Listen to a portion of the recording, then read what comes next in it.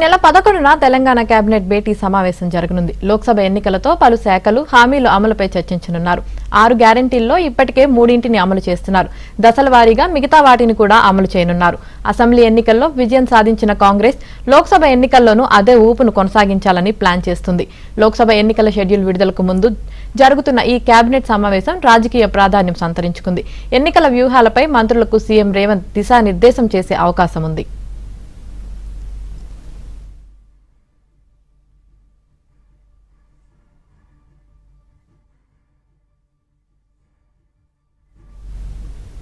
లోక్సభ ఎన్నికల షెడ్యూల్ విడుదలకు ముందు జరుగుతున్న ఈ కేబినెట్ సమావేశం రాజకీయ ప్రాధాన్యం సంతరించుకుంది. ఇదే విషయానికి సంబంధించి మరింత సమాచారం మా ప్రతినిధి రాజేష్ అందిస్తారు. Good afternoon Yamini. మొత్తానికి నెల 11వ తేదీన తెలంగాణ రాష్ట్ర కేబినెట్ సమావేశం భేటీ పార్లమెంట్ ఎన్నికల కంటే ముందు మంత్రివర్గ సమావేశం భేటీ కానుండడంతో ప్రాధాన్యత సంతరించుకుంది.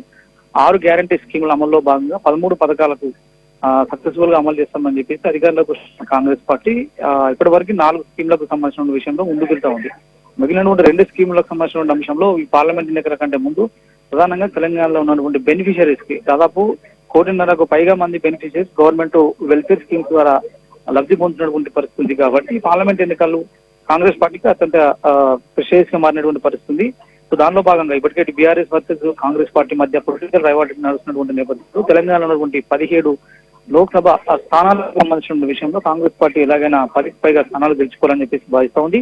సో దానిలో తాము ప్రకటించినటువంటి 6 గ్యారంటీ స్కీములే రాష్ట్ర ప్రభుత్వం అధికారంలోకి వచ్చేందుకు సహకరించాయి. కాబట్టి పార్లమెంట్ ఎన్నికల్లో కూడా తిరుగులేని మెజారిటీని సొంతం చేసుకోవడం వల్ల రాబోయే రోజుల్లో తెలంగాణ కాంగ్రెస్ పార్టీ మరింత పటిష్టం కాబోతున్నటువంటి సంకేతాలు ఇవ్వడం కోసం మంత్రివర్గ సమావేశం భేటీ కానుంది. 11వ తేదీన జరగబోతున్న ఒక మంత్రివర్గ సమావేశానికి సంబంధించి పూర్తి స్థాయి ఎజెండా అంతా కూడా ఖరారైనట్టు తెలుస్తుంది.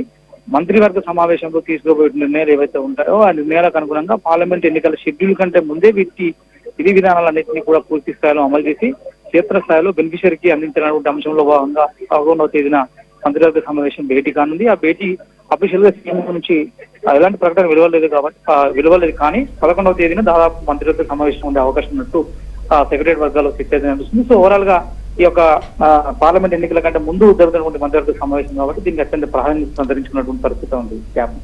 Right, thank you Rajesh.